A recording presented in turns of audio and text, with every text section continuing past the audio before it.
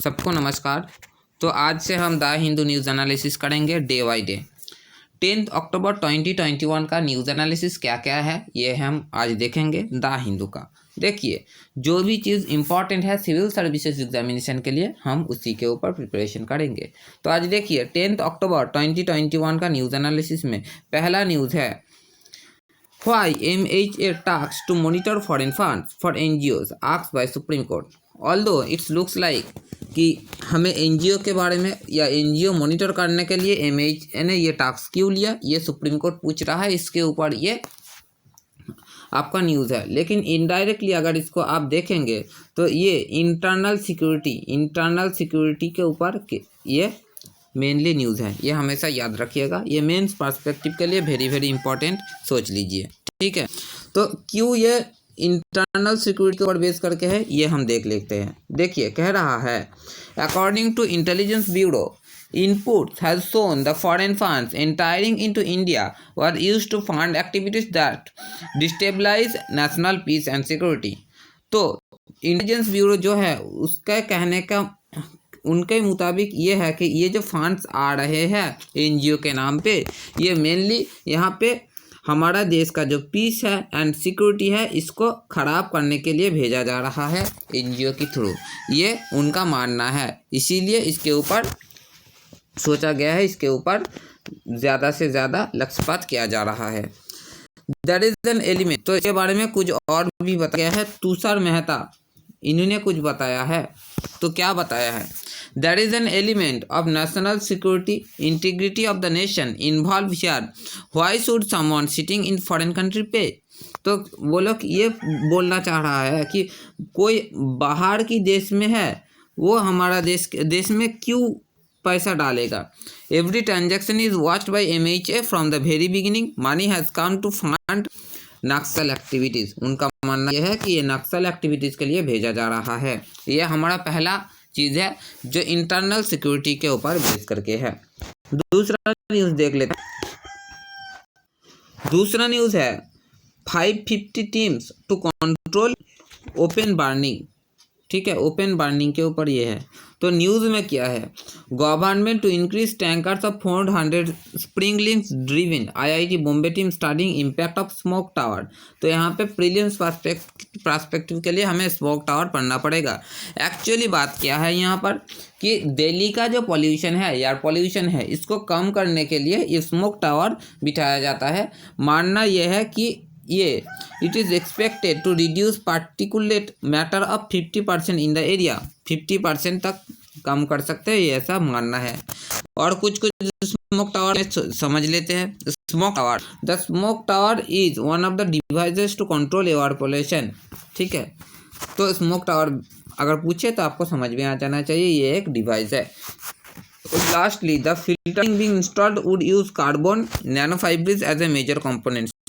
ये है प्रीलिम्स के लिए सबसे धमाकेदार चीज़ जो आपको प्रीलिम्स में करे तो आपको इसका जवाब देना पड़ेगा। The filter being installed would use carbon nanofibrils as major component. तो ये जो फिल्टर है इंस्टॉल करता है वो सबसे ज़्यादा क्या यूज़ करते हैं? कार्बन नैनोफाइब्रिल्स, ठीक है।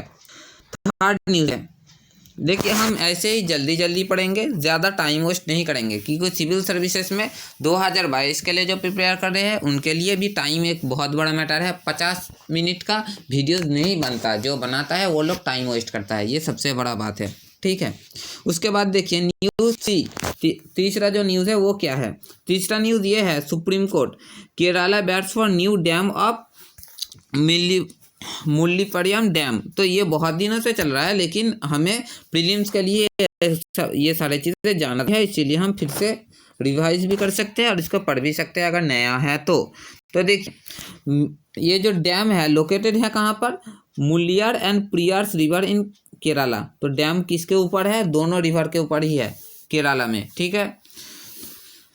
तो इसके पास और एक चीज़ दिखा जाता है वो है पेरियार टाइगर रिजर्व, ये भी देखा जाता है।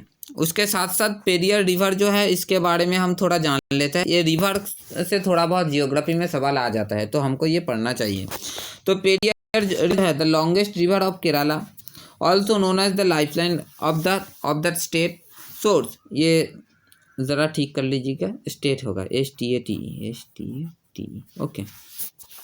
सोर्स कहाँ है? Shivagiri hills, western Ghats in Tamil Nadu and flows through the Periyar national park, ठीक है। इसका ट्रिब्यूटरीज क्या क्या है? The main tributaries of Periyar are मुथियापुजा, मुल्लायार, Cheruthoni and पेरिंजन कुट्टी। तो वर्ड्स बड़े बड़े हैं तो इसीलिए थोड़ा दिक्कत हो रहा है, फिर भी ये हमें रटना पड़ेगा क्योंकि इस बार इंदास के ट्रिब्यूटरी के ऊपर सवाल कर चुका है तो हमें ये पड़ेगा। 2021 में सवाल कर चुका है। उसके बाद देखिए ये न्यूज़ तो उतना इम्पोर्टेंट नहीं है, लेकिन यहाँ पे कॉलिजन सिस्टम जो है ये बहुत इम्पोर्टेंट है। तो न्यूज़ में क्या था? न्यूज़ में ये था कि एक सुप्रीम कोर्ट की जज को एक जगह से कहीं और जगह पे ट्रांसफ़र किया जा रहा है, ये भी बता सकते हैं। तो इसीलिए इसके ऊपर न्यूज़ है। लेकिन यहाँ पे एक चीज़ उन लोगों ने इंडिकेट किया, वो है कॉलिजियम क्लियर्स। ये न्यूज़पेपर का वर्ड है, ठीक है। तो यहाँ पे हमें सवाल ये आ जाता है कि कॉलिजियम सिस्टम क्या है, ठीक है। ये चीज़ हमें जानना पड़ेगा पॉलिटी के लिए, प्रीलिम्स पर्सपेक्टिव के लिए। तो देखिए collegium, it is the system of appointment and transfer of जजेस that has evolved through judgement of supreme court and are not by an act of parliament but by provision of constitution. तो parliament के act के through ये नहीं होता है, ये constitution में प्रोविज़न दिया गया है। तो हमें ये भी जानना ज़रूरी है कि ये पार्लियामेंट के थ्रू एक्ट है या कॉन्स्टिट्यूशनल प्रोविजंस है। तो ये कॉन्स्टिट्यूशनल प्रोविजंस है। ये अगर हमें ऑप्शन में दे दिया तो हमें दिक्कत में आना पड़ेगा, इसीलिए हमको ये भी जानना ज़रूरी है। उसके बाद देख लेते हैं किस तरह से इवॉल्व हुआ, किस तरह से ये ग्रेजुअली डेवलप्ड हुआ, ये हमें जानना ज़रूरी है। फर्स्ट जजेस के 1981 इसमें बताया जा रहा है, it declare that the primary of the CGI recommendation on judicial appointment and transfer can be refused for Cognizant reason. तो पहले बताया गया है कि judicial appointment and transaction transfer जो होगा वो CGI करेगा। फर्स्ट जजेस एक्ट 1981। सेकेंड जजेस एक्ट 1990 में इसको फिर से इसके ऊपर चर्चा हुई। इसमें बताया गया है कि ये कॉलिजियन सिस्टम, तो अगर आपको सवाल करे कि ये कॉलिजियन सिस्टम का इवॉल्व कब हुआ, ठीक है, फर्स्ट जजमेंट केस में नहीं, सेकंड जजमेंट केस में हुआ 1993 में।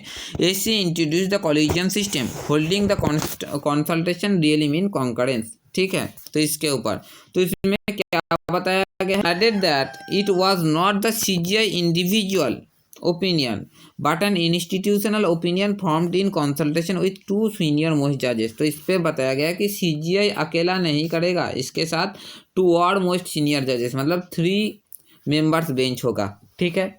इसके ऊपर बताया गया है। इसके बाद फिर से थर्ड जजेस केस आया जिसमें बताया गया नहीं कि CGI के साथ साथ ये 4 मेंबर ज्वाइंट होगा और ये 5 मेंबर्स बॉडी होगा, 5 मेंबर्स बॉडी होगा, ठीक है। यही बताया गया है। और इसमें हम आपको थोड़ा अलग से बता दें, हाई कोर्ट से भी सवाल आता है प्रीलिम्स पर्सपेक्टिव में, तो इसके लिए ये भी जान लेना ज़रूरी है। High court also has the collegian system, it is led by chief justice and 4 other senior most जजेस ऑफ द हाई कोर्ट, ठीक है। हाँ, इतना ही न्यूज़ है प्रीलिम्स के लिए और मेंस के लिए। बाकी अगर आप इस बार अगर एडिटोरियल में जाएंगे ना, ये तो एक है प्रीवियस रिपीटेड है। सेकंड चीज़, ज़रूरत नहीं है ज़्यादा कुछ। जैसे पहला जो एडिटोरियल था वो किसके ऊपर बेस करके था? अफ़गानिस्तान के ऊपर बेस करके था। उसके बाद चाइना ने पाकिस्तान को एक शिप मेरीन भेजा है, उसके ऊपर बताया गया है, इस तरह से कुछ बताया गया है। तो मतलब हमें वो ज़रूरत नहीं है, तो हम उसके ऊपर चर्चा नहीं करेंगे जो हमें ज़रूरत नहीं है। Thank you. अगर नए आए हैं तो चैनल पे सब्सक्राइब ज़रूर कीजिए और प्लीज़ एक लाइक और ज़्यादा से ज़्यादा शेयर करने की कोशिश कीजिए। Thank you.